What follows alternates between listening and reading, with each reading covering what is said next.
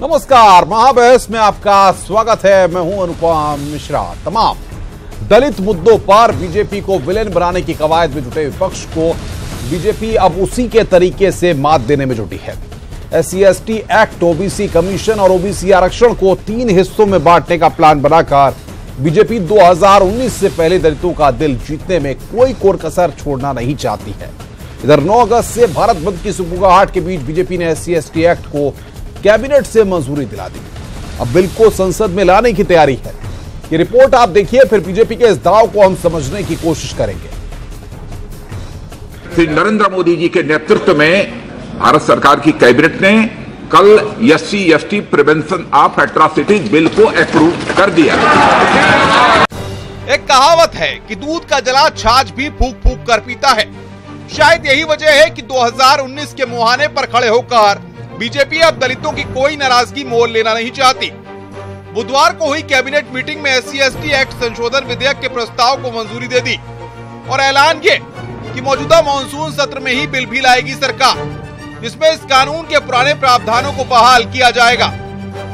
वादा देश के साथ किया था हमारे प्रधानमंत्री जी ने, और उसी वादे के अनुरूप ही कल ही कैबिनेट ने SC/ST prevention of atrocity bill को अपना अप्रूवल दे दिया है और हम इसी सत्र में ही उस बिल को पारित कराना चाहेंगे और एक्ट के रूप में उसे कन्वर्ट करेंगे। दरअसल बीते मार्च महीने में सुप्रीम कोर्ट ने SC/ST एक्ट में बदलाव करते हुए कहा था कि लोग व्यक्तिगत और राजनीतिक दुश्मनी निकालने के लिए इस एक्ट का गलत इस्तेमाल कर रहे हैं। इन मामलों में तुरंत गिरफ्तारी नहीं की जाएगी, शिकायत मिलने पर तुरंत मुकदमा दर्ज नहीं किया जाएगा। ऐसे मामले में सरकारी कर्मचारी अग्रिम जमानत के लिए आवेदन कर सकते हैं। इस फैसले के बाद 2 अप्रैल को बुलाए गए भारत बंद में पूरा भारत हिंसा और हंगामे की आंच में झुलस गया था और उसकी लपटों से बीजेपी भी नहीं बच पाई थी। अदालत में लचर पैरवी जैसे आरोप और अपने ही दलित नेताओं की नाराजगी के बीच तब सरकार ने आश्वासन दिया था कि इस कानून का कौमा बिंदु भी नहीं बदला जाएगा।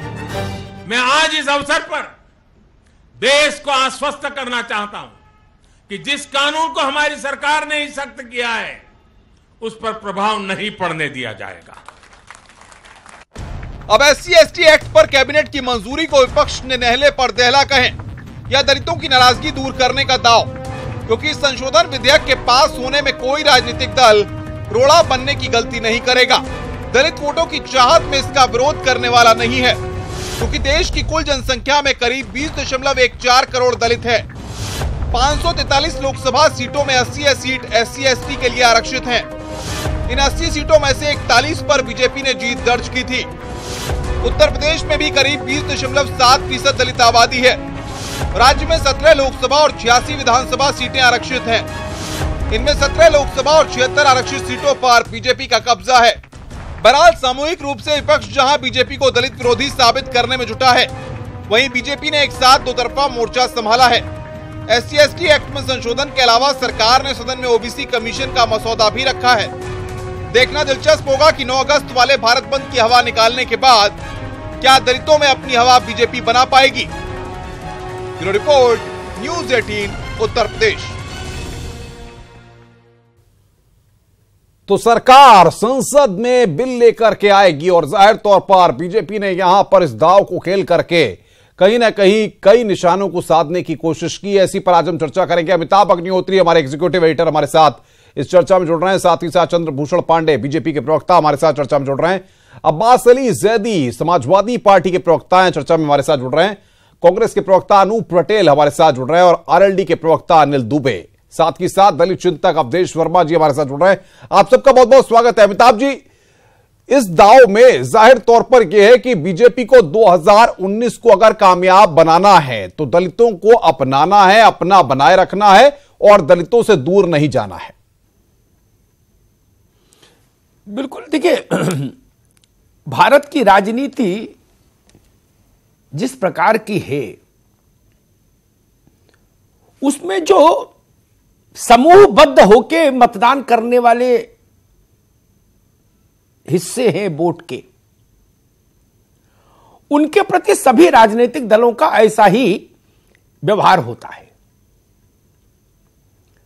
अब दलितों का मसला स्वाभाविक तौर पर संवेदनशील हो जाता है और इसीलिए जब सुप्रीम कोर्ट ने भारत के मौजूदा दलित अत्याचार निवारण कानून में से कुछ प्रावधानों को निरस्त किया, तो उसके बाद देश भर में एक आंदोलन की रूपरेखा बनी। एक आंदोलन हुआ भी, उसमें कई लोग घायल हुए, राजनीतिक तौर पर भी एक नया वायुमंडल निर्मित हुआ, भारतीय जनता पार्टी असहज स्थिति में पहुंच गई।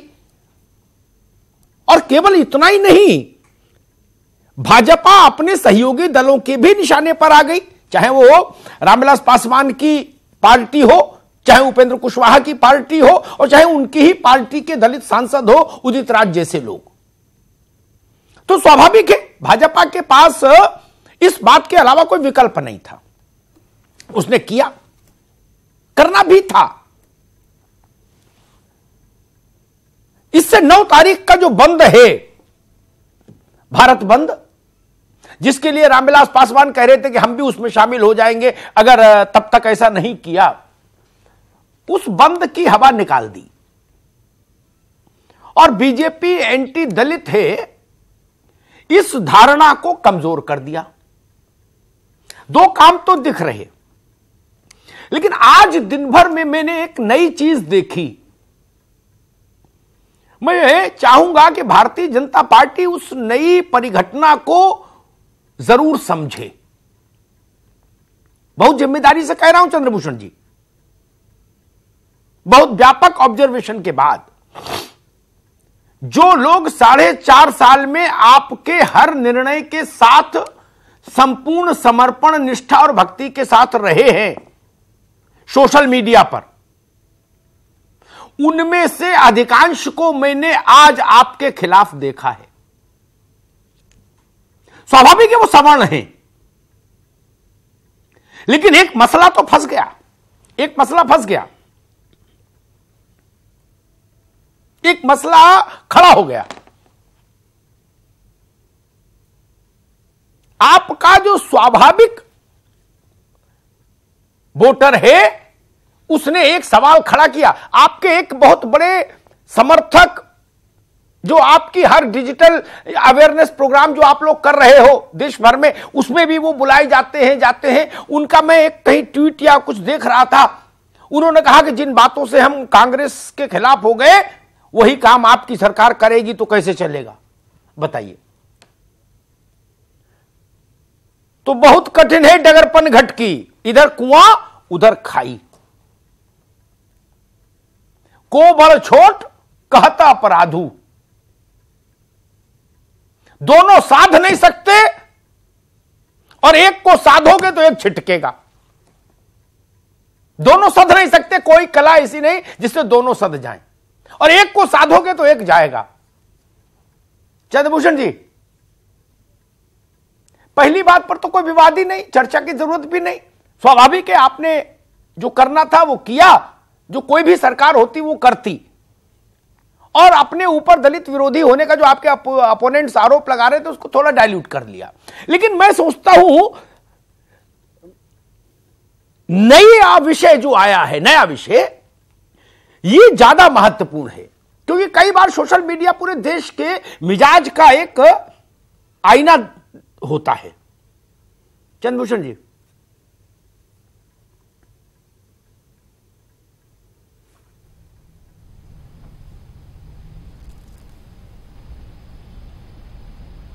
जी बोलिए।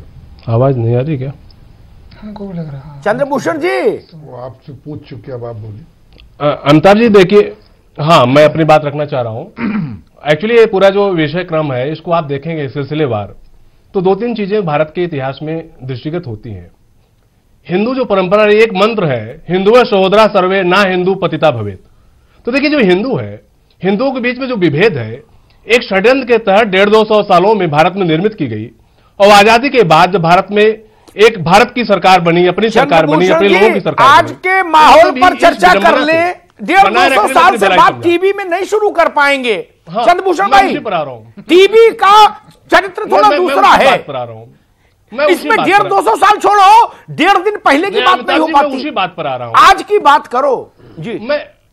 मैं उसी विषय पर आ रहा हूं। देखिए, आप देखिए जी, आज जो सच्चाई है, आज सच्चाई ये है कि हिंदू जो है, हिंदू समाज, देखिए, मैं राजनीति में आने के पहले एग्जीक्यूटिव मजिस्ट्रेट भी रहा, इसलिए मेरा एक तजुर्बा है कि हिंदू समाज का 99% वर्ग ऐसा है जिसको किसी अपराध से कुछ लेना देना नहीं है, कुछ नहीं लेना देना है। और ये जो स्पेशल एक्ट्स बनते हैं ना, इसके तो अपराध और भी कम होते हैं। तो आप ये मान कर चलिए कि ये जो कानून है, ये विशेष कानून है, विशेष वर्ग के लोगों के लिए है, विशेष परिस्थितियों के लिए है। और उदार मन भाई, हिंदू समाज अपने ही भाई को नहीं, बराबरी पर लाने के लिए हर कोशिश करेगा, गरिमापूर्ण जीवन जीने की कोशिश करेगा। मैं मानता हूं कि इसमें कोई टकराव कहीं हिंदू समाज में नहीं है। ठीक, आप ठीक है चंद्रभूषण जी, आपके मानने से आपके सारे समर्थक मानने लगे, ये संभव नहीं। कोई नेता इतना बड़ा नहीं होता कि वो जो मान ले उसके सारे समर्थक उसको मान लें। इंदिरा गांधी के समर्थकों ने इंदिरा गांधी के कई फैसलों से अपने को अलग खड़ा किया। ऐसे बहुत उदाहरण। अब एक सेकंड सुन लो, एक सेकंड सुन लो चंद्रभूषण, सुन लो 1 मिनट। मानवीय सरोकार और मानवीय गरिमा, ठीक है, ठीक है, ये भी जोड़ लिया, ये भी जोड़ लिया। मैं आपके कट्टर समर्थक जो लठ लेके सोशल मीडिया पर 4.5 साल लड़े हैं, चाहे जिसके कपाल पर लठ बजा दिया आपके लिए, ऐसे सैकड़ों ट्वीट मैंने देखे जिन्होंने आज आपको कटघरे में खड़ा किया है। इसलिए मैंने विषय को थोड़ा सा परिवर्तित किया है।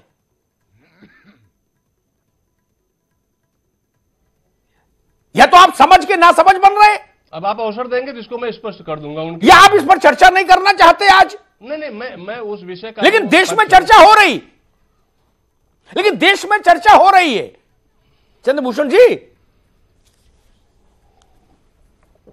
ठीक है जी। अवधेश वर्मा देंगे तो मैं उसको स्पष्ट करूंगा कि पार्टी। हाँ तो बोलिए फिर बोलिए जल्दी से। जी बोलिए चंद्रभूषण जी, जल्दी से। मैं इतना कहना चाहता हूं कि आज जो सामाजिक तस्वीर हमारे देश के सामने है, संविधान की 2 धाराएं, जो आर्टिकल 32 है और 226 है, ये आपके फंडामेंटल राइट को हमेशा इंश्योर करने के लिए प्रतिबद्ध है। और 6 तरीके की जो विभिन्न रिट जारी की जाती है, वो हर व्यक्ति के मौलिक अधिकारों को, गरिमा को, मानवीय सरोकार को पूर्णतया सुनिश्चित करती है। और इसमें भारत का हर नागरिक आच्छादित है। अगर किसी भी कानून से किसी को कोई भय लगता है, डर लगता है, चंद्रभूषण जी, कि संविधान उनके साथ है, चंद्रभूषण ठीक है चंद्रभूषण पांडे, आपकी बहस में टिप्पणियां कई बार अकादमिक हो जाती हैं। इस बात को आप गौर करना। ये जनसामान्य का मंच होता है। वो बोलिए जो सहज हो, जो कबीर की वाणी में हो, सूर की वाणी में हो, तुलसी की वाणी में हो। केशव की रामचंद्रिका यहां नहीं लिखी जा सकती। नहीं, संविधान वो भी अच्छा ग्रंथ है, लेकिन लिखी नहीं जा सकती। नहीं, मैं वो वही निवेदन कर रहा था। बाकी आप समझदार हैं।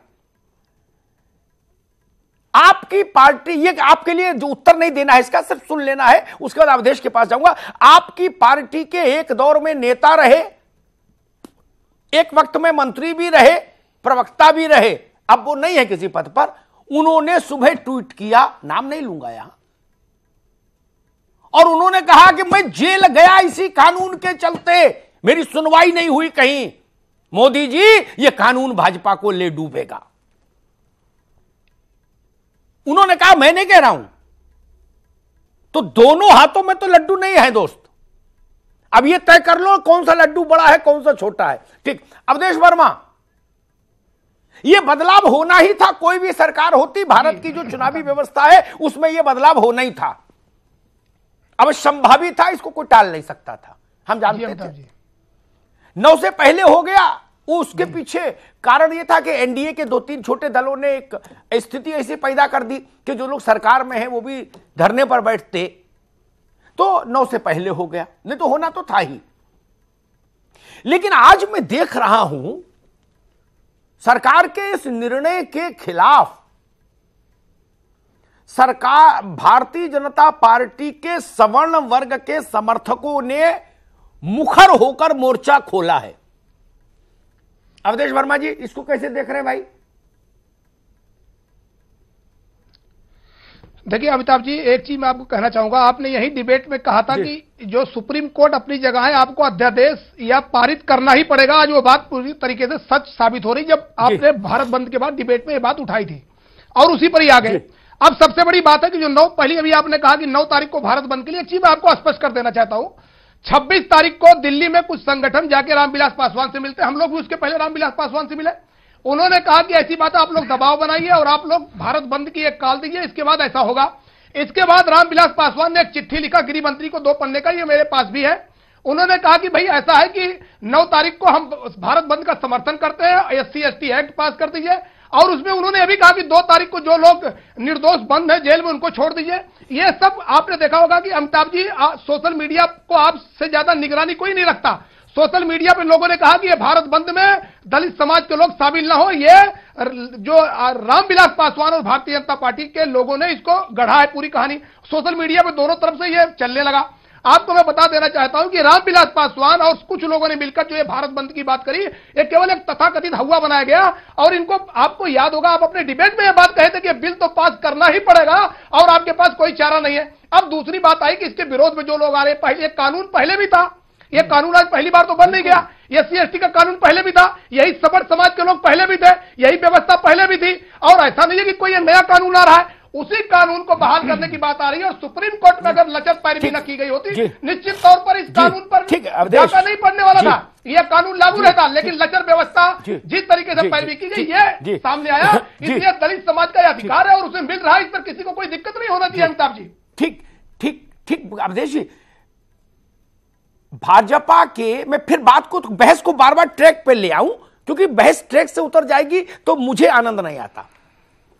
भारतीय जनता पार्टी के सवर्ण वर्ग के बड़ी संख्या के समर्थक, जो, मेरे शब्दों को गौर से सुनिएगा, जो 4.5 साल तक हर आंधी तूफान में भाजपा के हर निर्णय के साथ खड़े रहे, सशस्त्र प्रहरी की तरह सोशल मीडिया पर, वो लोग आज SC/ST एक्ट से कम नाराजगी दिखा रहे, भाजपा से ज्यादा दिखा रहे हैं। वो कह रहे आपसे ये उम्मीद नहीं थी। अब ये भाजपा जाने उन्हें इनसे ये उम्मीद क्यों नहीं थी, मसला ये है। अब्बास अली जैदी, मैंने तमाम लोगों को ये कहते हुए देखा जो भाजपा के पुराने वफादार हैं। भाजपा गंगा में खड़े होकर कह दे कि हम इनको नहीं जानते, इससे भी कोई मतलब नहीं, लेकिन पुराने वफादार हैं, 4.5 साल से हम जिनको ऑब्जर्व कर रहे हैं, उन लोगों ने कहा कि भाई बाकी सब ठीक है, दुनिया में लागू हो, कोई लागू करता, आपसे ये उम्मीद नहीं थी। क्यों भाई? भाजपा के अपर कास्ट के सपोर्टर्स को भाजपा से ये उम्मीद क्यों नहीं थी? वो ये क्यों मानकर बैठे थे कि नहीं, ये सरकार, ये कानून जो सुप्रीम कोर्ट ने जिस स्थिति में लाया, पहुंचाया है, उसको दुरुस्त करने की कोशिश नहीं करेगी ये सरकार, वो ये मानकर बैठे थे। अमिताभ भाई, सभी वर्गों को एहसास धीरे धीरे हुआ है। आखिर में अब इस वर्ग को एहसास हो रहा है कि भारतीय जनता पार्टी सत्ता में जाने के लिए कुछ भी बोल सकती है, किसी भी तरह का आश्वासन दे सकती है, और यही कारण है। मैं सिर्फ एक बात पूछना चाहता हूं, आदरणीय चंद्रभूषण जी को मैं सुन रहा था, वो दुरुपयोग की बात कर रहे थे। इस देश में कौन सा ऐसा कानून है कि जिसका दुरुपयोग होने का प्रश्न चिन्ह नहीं उठा? क्या हत्या के ऊपर दुरुपयोग का प्रश्न चिन्ह नहीं लगा? क्या लूट के ऊपर दुरुपयोग का प्रश्न चिन्ह नहीं? लेकिन इस देश की राजनीति का ये बहुत बड़ी शर्मनाक बात है। हम पूरे सब लोगों को कहते हैं, हम किसी एक को नहीं कहते, कि सारी दिक्कत SC/ST एक्ट के दुरुपयोग से है। कभी आज तक यह आवाज नहीं उठी कि तमाम गरीबों को हत्या में फर्जी फंसाया जाता है, उसको रोकना चाहिए। यह सरकारों का दायित्व है कि वो अपने एक्ट्स को प्रशासन ईमानदारी से लागू करे, इसको सुनिश्चित कराएं। आज 2 बातें विरोधाभास में हैं। सरकार का पक्ष रखते हुए हमारे अटॉर्नी जनरल संविधान की बात करते हुए आज ये कहते हैं कि आर्टिकल के फला के तहत आज सुप्रीम कोर्ट में बोल देते हैं कि इसका दुरुपयोग हो रहा है, और सरकार इसके ऊपर आज संशोधन लेके आती है। ये दोनों बातें बंद कमरे में अदालत में आप कुछ कह रहे हैं, आज विधानसभा लोकसभा में आकर के आप कुछ कह रहे हैं। आप इस देश को क्या मूर्ख समझते हैं? आपने दिया क्या? एक कमजोर की लाठी छीन करके आज फिर उस लाठी को उस कमजोर के हाथ में दे करके आप परोपकारी न बनिए। ठीक है, ठीक। अब्बास अली जैदी, मैं डॉक्टर अनूप पटेल के पास चलूंगा। अनूप पटेल साहब, डाउरी के मामले में सुप्रीम कोर्ट ने अभी कुछ समय पहले एक बड़ा महत्वपूर्ण ऑब्जर्वेशन दिया। उसने कहा कि डाउरी केसेस में एफआईआर दर्ज होने के साथ गिरफ्तारी नहीं होगी। डिस्ट्रिक्ट मजिस्ट्रेट की अध्यक्षता में हर जिले में एक नोडल कमेटी बनाइए, वो committee case by case examine करेगी। अगर वो कमेटी पाएगी कि हां गिरफ्तारी होनी चाहिए तब गिरफ्तारी होगी, अदरवाइज विदाउट गिरफ्तारी जांच करिए। और उसमें सुप्रीम कोर्ट ने यह बताया कि हमको यह क्यों करना पड़ा। लंबी चौड़ी बात उसने कही, देश ने मान ली, कहीं कोई विरोध नहीं हुआ। वो भी मसला आधी आबादी से जुड़ा था ना। ये जब मसला आया इसमें भी सुप्रीम कोर्ट ने इतना ही कहा, तो स्थिति उलट हो गई, क्योंकि शायद आधी आबादी एक मुश्त वोट बैंक नहीं है, बटा हुआ है। इसीलिए फर्क दिखा मुझे शायद एससी एसटी वाले मामले में और डाउरी वाले मामले में। अनूप पटेल, सियासतदानों की उस पर मैंने टिप्पणी तक नहीं सुनी थी डाउरी वाले मसले पर। देखिए, दोनों मसले महत्वपूर्ण है, लेकिन दोनों मसलों का जो है विजन अलग अलग है।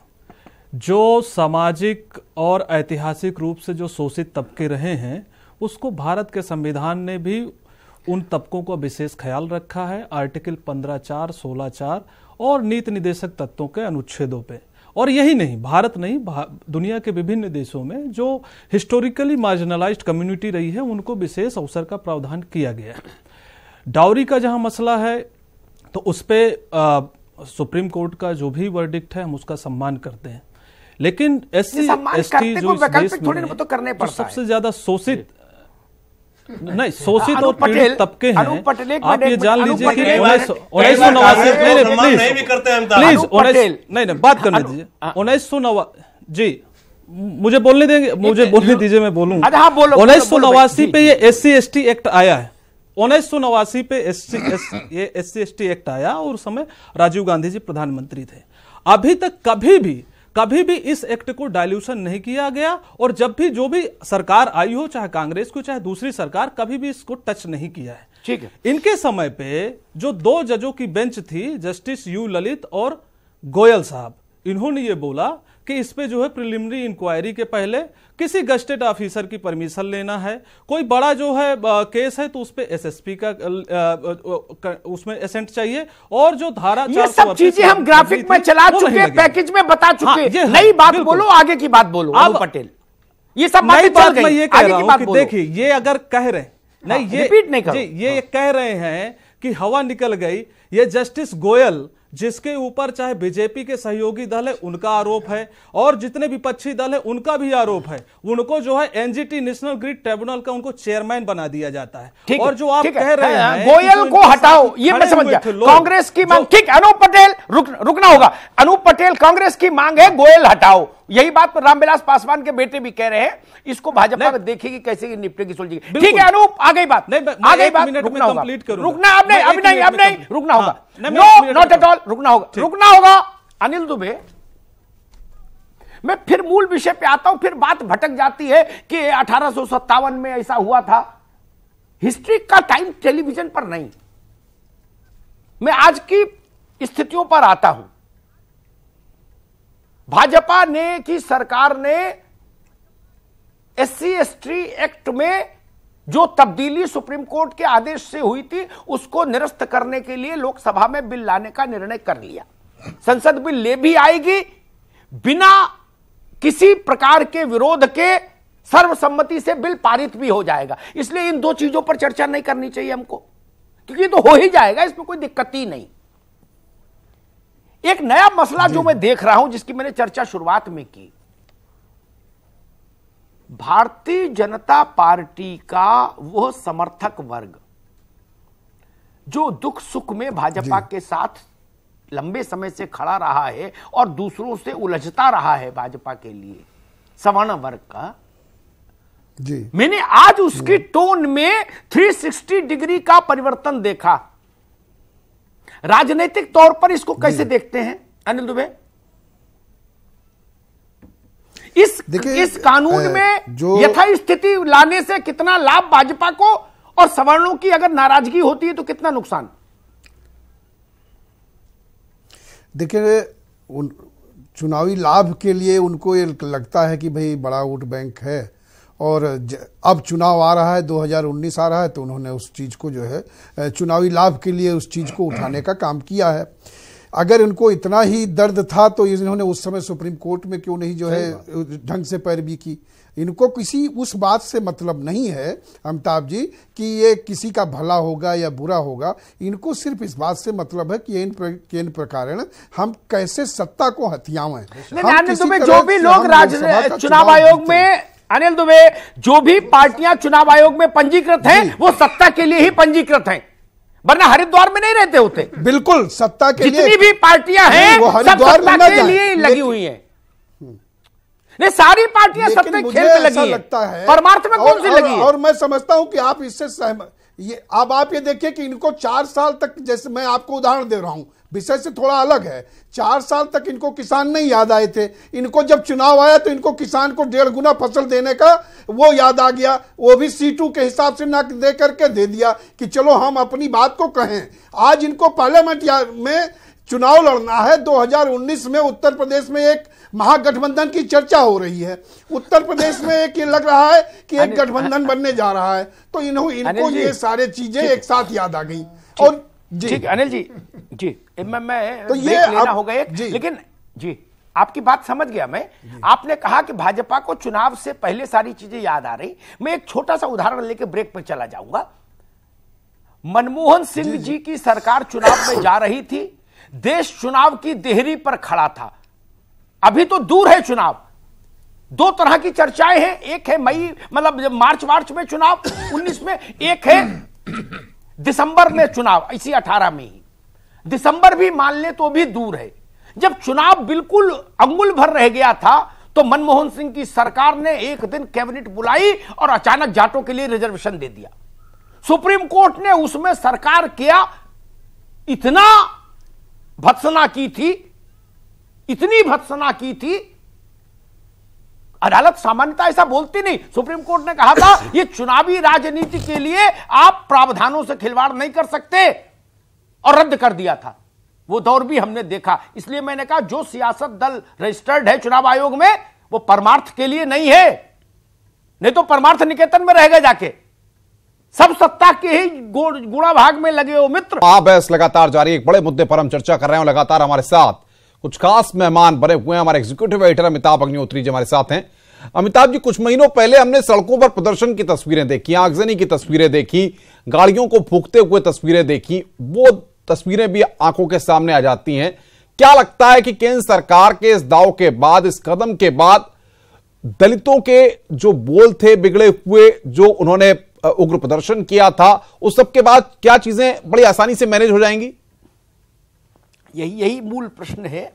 और इसमें एक प्रश्न जो मैं शुरुआत में उठा रहा था उसको और जोड़ के चंद्रभूषण जी के पास चलते हैं।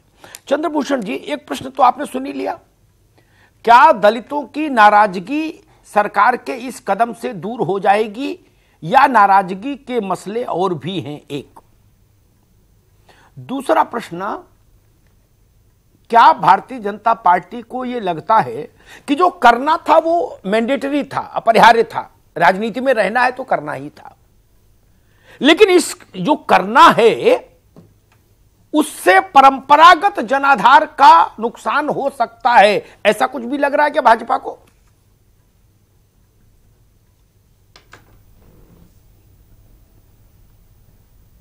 अमिताभ जी, मैं जहां तक समझ पा रहा हूं कि आज जो चुनौतियां हैं भारत के सामने, वो है स्वराज को सुराज में बदलने की।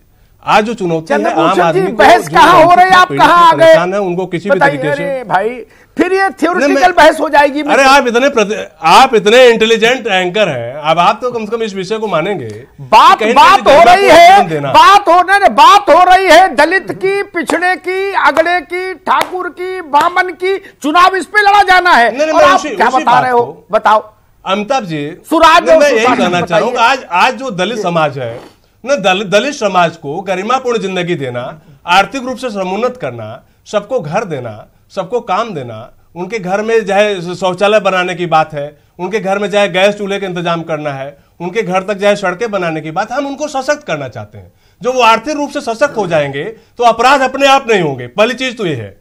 दूसरी चीज ये है कि जो जातियों को बांट करके, संप्रदायों को बांट करके हिंसा फैलाई जाती थी और उसमें इन कानूनों के सहारे लोगों को फंसाया जाता था, वो चीजें अब भारत की भाजपा की सरकारों में होना ही नहीं है, क्योंकि हम समरसता पे फोकस कर रहे हैं, हम सबका साथ सबके विकास पे फोकस कर रहे हैं, ठीक है, हम विभेद को समाज पढ़ रहे हैं। तो जब इस तरह के माहौल बनेंगे, चंद्रभूषण जी, ठीक है ठीक है ठीक है ठीक है मित्र, ये ठीक है चंद्रभूषण भाई, ये भाजपा का संकल्प पत्र हो गया।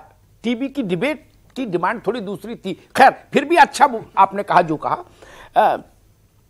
मैं एक बात आपको बता दूं, कल हमने शाम 6 बजे एक बहस की थी किसी मंच पर, उसमें दलितों के विरुद्ध अपमानजनक व्यवहार की 4 ताजी घटनाएं एक साथ रखकर।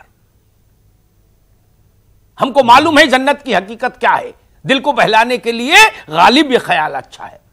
अवधेश वर्मा, अवधेश वर्मा, जो सवाल मैंने चंद्रभूषण भाई से पूछा वही आपसे पूछता हूं, इस कदम से देखिए अमिताभ जी, एक से सवाल तो सुन लो भाई, इस कदम से दलित के हृदय में कितना भाजपा के प्रति सद्भाव और आह्लाद और प्रेम उपजेगा, एक मैं ये समझना चाह रहा हूं। और दूसरा, क्या इससे भाजपा का जो परंपरागत सवर्ण वोटर है वो नाराज होगा? 2 सवाल।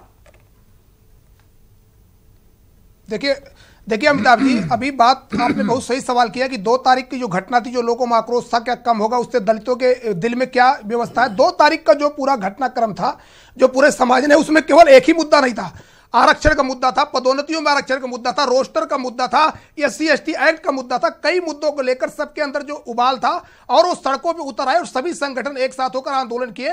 तो अभी बहुत कुछ मुद्दे ऐसे हैं जो आज भी जीवित है और उस पर कहीं भी सरकार का अभी तर्क सामने नहीं आया और ना उनकी नीयत सामने आई कि वो क्या करने जा रहे हैं। अब दूसरी सबसे बड़ी सवाल जो चंद्रभूषण जी, इससे जो दूसरे समाज के लोग हैं, दूसरा एक सर अमिताभ जी, दूसरी चीज जो आपने कहा कि दूसरे समाज के लोग नाराज हो रहे हैं, एक चीज मैं कहना चाहूंगा अमिताभ जी, जो सोशल मीडिया पर नाराज हो रहे हैं, कहीं भी नाराज हो रहे हैं, मैं आपको बता देना चाहता हूं, अगर वो संविधान के दायरे में रहकर काम करने वाले लोग हैं और संविधान के दायरे में रहने वाले लोग हैं तो उनको नाराजगी नहीं होगी, क्योंकि वो अगर अपने को संविधान के दायरे में रखेंगे तो कहीं से उनका कोई विवाद नहीं होगा, उनके खिलाफ कोई FIR सड़क चलते नहीं कराने जा रहा है। अगर वो वास्तव में संविधान के दायरे में रहे तो निश्चित तौर पर उनके खिलाफ कोई भी गलत तरीके से जाकर उनको ये आरोप नहीं लगाएगा साहब SC/ST एक्ट इनके ऊपर लगा दो। वो वही लोग हैं जो पूरी तरीके से मतलब कहीं न कहीं निरंकुश होकर और दलितों को जानवर समझते हैं और उनको जो चाहे जो भाषा का उपयोग करते हैं, तो निश्चित तौर पर उनको दर्द हो रहा है। मैं आपको एक उदाहरण देना चाहूंगा केवल अमिताभ जी, एक दिल्ली यूनिवर्सिटी के एक PhD स्कॉलर ने कहा कि क्या अब जब ये SC/ST एक्ट खत्म हो गया तो क्या मैं शेड्यूल कास्ट को जांच सूचक शब्द लेकर कहा कि क्या इससे हम अगर बुलाएंगे तो क्या हमारे ऊपर SC/ST एक्ट लगेगा, जो मैं कह नहीं सकता। अभी आपने जो कल आपने कहा 6 बजे जो आपने डिबेट कराया, उसमें आपने देखा एक क्लास 1 अफसर को दलित जो थी उसको पानी देने के लिए पूरे गांव में लोगों ने कहा कि पानी नहीं दिया। इससे आप अंदाजा लगा सकते हैं कि उस गांव की भावना क्या थी, आज उस गांव के लोगों की भावना क्या थी।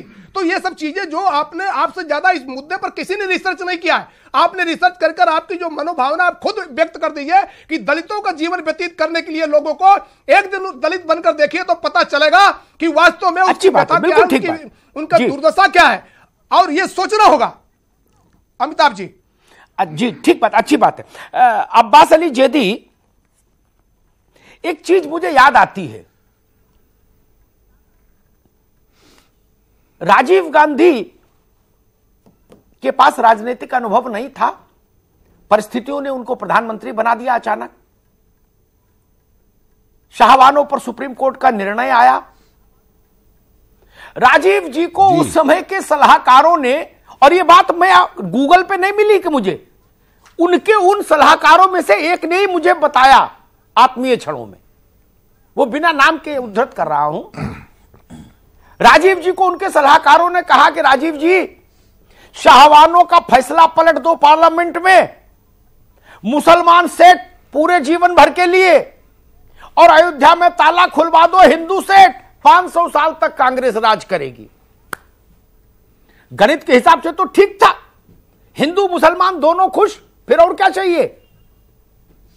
लेकिन इतिहास बताता है 5 साल भी नहीं मिले कांग्रेस को। जी अब्बास अली जली साहब, आधी छोड़ पूरी को धावे, आधी मिले ना पूरी पावे, कुछ वैसा मामला भी बन सकता है क्या? बेशक मैं आपकी इस बात से सहमत हूं कि इस मुल्क के कानून के साथ और इस मुल्क के कानून की जो सोच है उसके विरुद्ध जाकर के अगर कोई राजनीतिक लाभ लेने के प्रयास किए गए तो इससे कहीं ज्यादा उदाहरण है कि वो हमेशा उल्टा ही दांव पड़ा है। आपका जो पहला प्रश्न था कि इससे दलितों को कितना होगा फायदा या दलित संतुष्ट होंगे कि नहीं, मैं इस पे इतना ही कहना चाहूंगा कि जो साधारण भारतीय के रूप में अपने मन में इच्छाएं रखते थे उन इच्छाओं का वो त्याग कर चुके थे, जिसके लिए पुरानी सरकारें भी जिम्मेदार हैं। आपकी सरकार ने उनको जबानी फिर से यकीन दिलाया था सबका साथ सबका विकास का, जिसके चलते उनके मन में, उदाहरण के रूप में कह रहा हूं, कि घोड़ी चढ़ के बारात जाने की इच्छा जागृत हुई। आपने सिर्फ उनको जबानी यकीन दिलाया था, जमीनी सतह पे आपने ऐसा माहौल नहीं बनाया था कि इसको लोग बर्दाश्त कर पाते, और इसी वजह से 4 साल में प्रताड़नाएं बढ़ी हैं। इस एक्ट में नया कुछ भी नहीं है, पुराने एक्ट को एज इट इज यहां पे लाना पड़ रहा है, और किन कारणों से लाना पड़ रहा है आपने स्पष्ट कर दिया, दोहराऊंगा नहीं। कोई लाभ दलितों में नहीं होगा, और दलितों का रोष और आक्रोश के कारण बहुत से हैं, और यह आक्रोश बना रहेगा। एक बात मैं और कहना चाहूंगा यहां पर अंत में, आपने जो दूसरा सवाल किया, इस सरकार से नाराज होने के पीछे के कारण सिर्फ यही नहीं है कि यह सरकार की कथनी और करनी में अंतर है, इनके तमाम वोटर इनसे और बातों से भी नाराज होंगे, बेरोजगारी के मसले से भी नाराज होंगे, ठीक है, किसानों के उस मसले पर पे भी नाराज होंगे, उस पर महंगाई कभी से भी होंगे। मैं एक दिन में एक ही विषय पर, देखिए हमने एक ही विषय पर विस्तार से चर्चा करता हूं। ठीक बात अब्बास अली साहब, ठीक है मित्र, अच्छा कहा है जी, ठीक है अब्बास अली, ठीक है, थैंक यू। अनूप पटेल साहब, कांग्रेस इस घटना को जो भाजपा की सरकार ने निर्णय किया, थ्योरेटिकल बात नहीं, चुनावी राजनीति के संदर्भ में कैसे देखती है?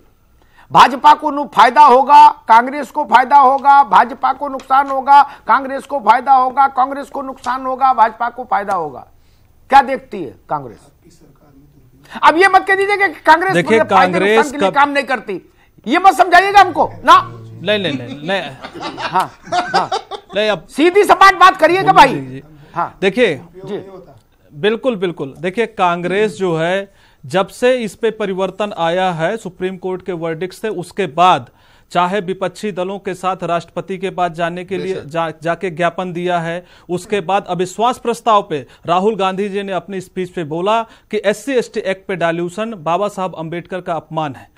राजनीतिक पार्टी है कांग्रेस, तो डेफिनेटली राजनीति करेगी। जो आपके 2 सवाल थे कि इससे जो है उनके बीच जो रोष है वो डाइल्यूट होगा कि नहीं होगा, बिल्कुल नहीं होगा। ऊना प्रकरण से लेकर रोहित वेमुला का जिस तरीके से सुसाइड होता है, और लगातार ये मैसेज दिया जा रहा है कि वो जो समाज जो भूल गया था अपनी परिस्थितियों को, पुरानी परिस्थितियों को इन्होंने याद दिलाया है। और दूसरी बात, आपने जो कहा कि एक इनका जो बेस वोटर है भाजपा का वो रोषित है, तो इसका मतलब यह है कि बेस वोटर है और जो जिन लोगों ने वोट किया था उनको जो है पालकी में लाया गया था। इनका जो कॉन्ट्राडिक्शन का पॉलिटिक्स है, इन्होंने जाटों को पहले प्रॉमिस किया फिर इन्होंने हटाया, गुज्जर को इन्होंने प्रॉमिस किया फिर हटाया, पटेलों को प्रॉमिस किया फिर हटाया, कापू को प्रॉमिस किया फिर हटाया। तो आप इन्हें देखिए, कॉन्ट्राडिक्शन की राजनीति करते हैं और एक समाज को दूसरे समाज के साथ जो है लड़ाने का काम करते हैं। मैं आपको बता रहा हूं कि 2007 और 8 में, 2007 और 8 में जब अर्जुन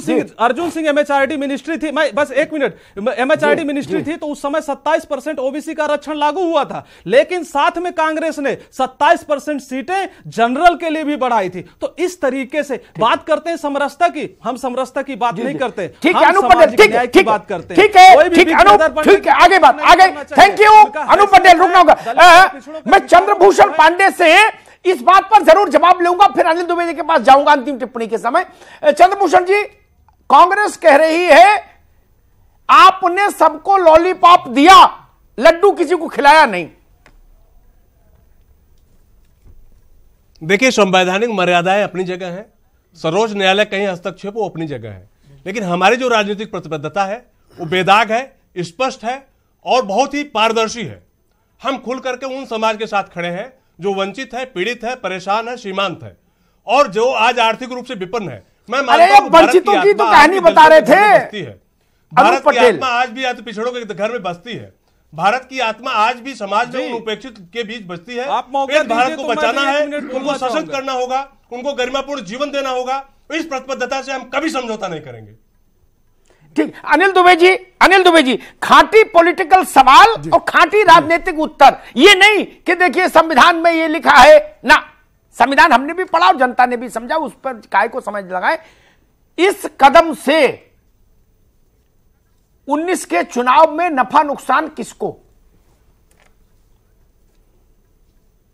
देखिए, मैं बिल्कुल साफ गोई से कह दूं अमिताभ जी कि जब आपकी मंशा स्पष्ट हो जाती है कि आपका उद्देश्य क्या है, तो उसका कोई लाभ नहीं मिलता। भारतीय जनता पार्टी कुछ भी कर ले, उसको कहीं वोटों का लाभ अब नहीं मिलने वाला है।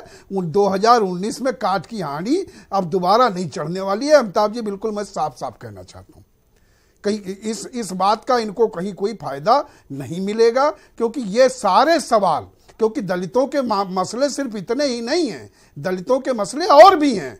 उन मसलों पर से ध्यान कैसे हटाओगे? आप भारत बंद से ध्यान हटाने के लिए आप ये सब करोगे? आपने उनके ऊपर अत्याचार पे कोई जो बात नहीं की, उनके आरक्षण पर आपने कोई बात नहीं की। 1999 में कोई भारत बंद नहीं था। उनके 2000 में कोई भारत बंद नहीं था। 2015-16 में जब हमने उनके आगे जीवन स्तर को उठाने पर आप कोई बात नहीं कर रहे हो। आपने चुनाव में बड़ी बड़ी बातें की।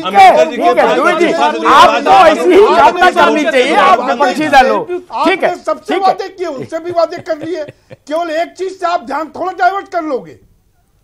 24 घंटे 24/7 हम लोग समाज के वंचित लोगों के लिए सोचते हैं, हमें कोई राजनीति नहीं करनी। आपने तो सब एक बेहतर भारत बनाना हमारा। अनिल जी, चंद्रभूषण जी, वक्त की हमारे पास कमी है, रोकना होगा मुझे आपको। अमिताभ जी के पास चलना होगा संपादकीय टिप्पणी के लिए। अमिताभ जी, सबने अपनी बातों को रख दिया, लेकिन राजनीति में कहा जाता है कि नीति ऐसी बने कि राज करते चलो। दलित नाराज हो रहे थे, कोई वर्ग नाराज हो रहा था, इससे सारी चीजों को ध्यान में रखते हुए अब दांव फेंक दिया गया, दलितों को रिझाना है, 2019 को कामयाब बनाना है। क्या समझा जाए? अच्छी परिभाषा दी आपने कि भाई नीति ऐसी बनाओ कि राज बना रहे, राज बढ़ता रहे। सच में वही है।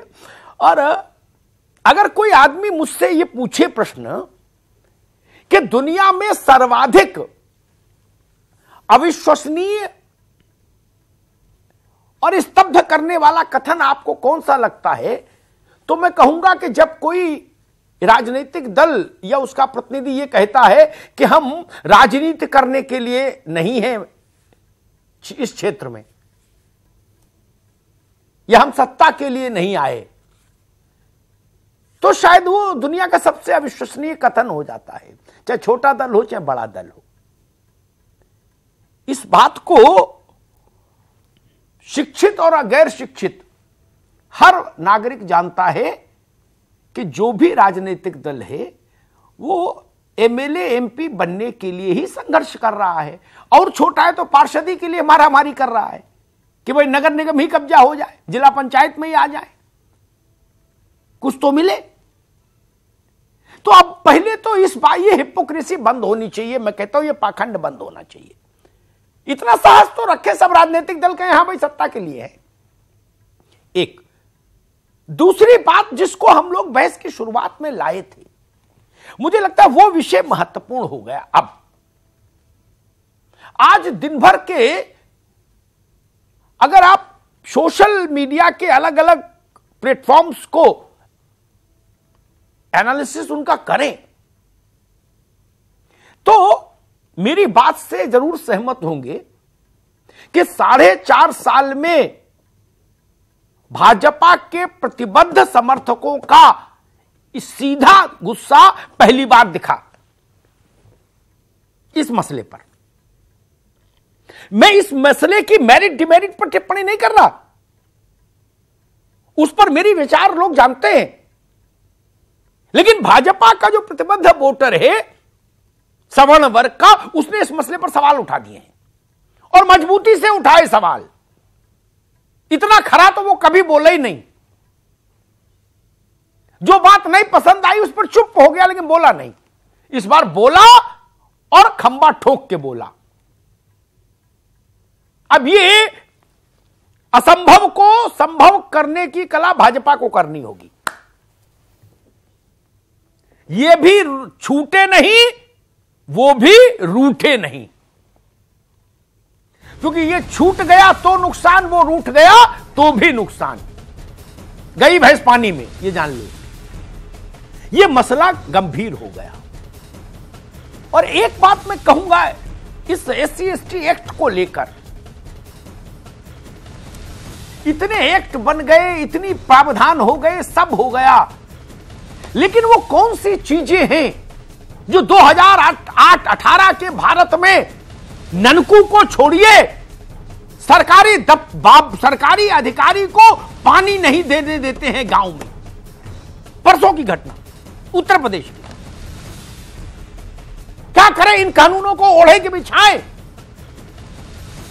क्या करें इनका? और क्या करें संविधान में क्या लिखा उसको रोज सुबह पढ़ के क्या करें बताइए? मान लीजिए संविधान की एक कॉपी बगल में दबा भी लें हम, खरीद के किसी बुक स्टोर से, तो गांव में पानी मिल जाएगा हमको। अगर मैं दलित हूं, हमारी बहन बेटी के साथ छेड़छाड़ नहीं होगी, तो हम सारी दलितों की बेटियों को एक एक संविधान की कॉपी दे दें। बोलिए, गारंटी ले रहा है कोई? जितने लोग बैठे, अगर गारंटी लीजिए तो मैं सबको एक एक संविधान की कॉपी देने के लिए एक मुहिम चलाऊं। पॉकेट साइज संविधान खरीदिए, बगल में दबाइए, ये बिटिया के बस्ते में रख दूं। बिटिया सुरक्षित हो जाएगी क्या उससे? मसला यहां ये नहीं है। हमने दलितों को वोट बैंक की तरह समझा। 70 साल से आज तक वो स्थिति क्यों निर्मित नहीं हुई? 70 साल कम समय होता है क्या? किसी एक वर्ग को विकास की मुख्य धारा से जोड़ने में 70 साल कम समय नहीं होता आजाद मुल्क में, और वो भी भारत जैसा मुल्क। कैसी परिस्थितियां हैं आज भी? ओम प्रकाश राजभर अभी क्या कह रहे थे एक दिन, वो तो मंत्री हैं, वो तो ननकू नहीं है ना। एक इंस्पेक्टर के बारे में कह रहे थे कि मैं गया तो इंस्पेक्टर मेरी मजाक बनाने लगा। एक अभी माननीय विधायक ने भी यही बात कही थी, वो भी उसी वर्ग से है, चंद्रभूषण जी को याद होगा, उन्होंने भी ये बात कही कि मैं थाने जाता हूं या सीओपीओ के यहां जाता हूं तो वो लोग मुझे जोकर की तरह ट्रीट करते हैं, मेरी बात पर हंसने लगते हैं। वो जनता से चुन के आए लोग, उनकी ये दशा। ननकू का कौन पूछेगा? वाचिक सुरक्षा से बात नहीं बनेगी, वाचिक सम्मान से बात नहीं बनेगी, अवधेश वर्मा के गले में एक माला डाल देने से भी बात नहीं बनेगी। हृदय से दलित के साथ हम खड़े होंगे, वंचित के साथ खड़े होंगे, नहीं तब उसका भला होगा। अन्यथा 70 साल लग गए चंद्रभूषण भाई, 70 और लग जाएंगे, फिर भी हमको वही स्थिति मिलेगी कि गांव में ननकू की बिटिया का निकलना मुश्किल होगा। धन्यवाद अमिताभ जी, आपका साथ ही साथ तमाम मेहमानों का हमारे साथ इस चर्चा में जुड़ने के लिए बहुत बहुत शुक्रिया। महाबहस में आज बस इतना ही। नमस्कार।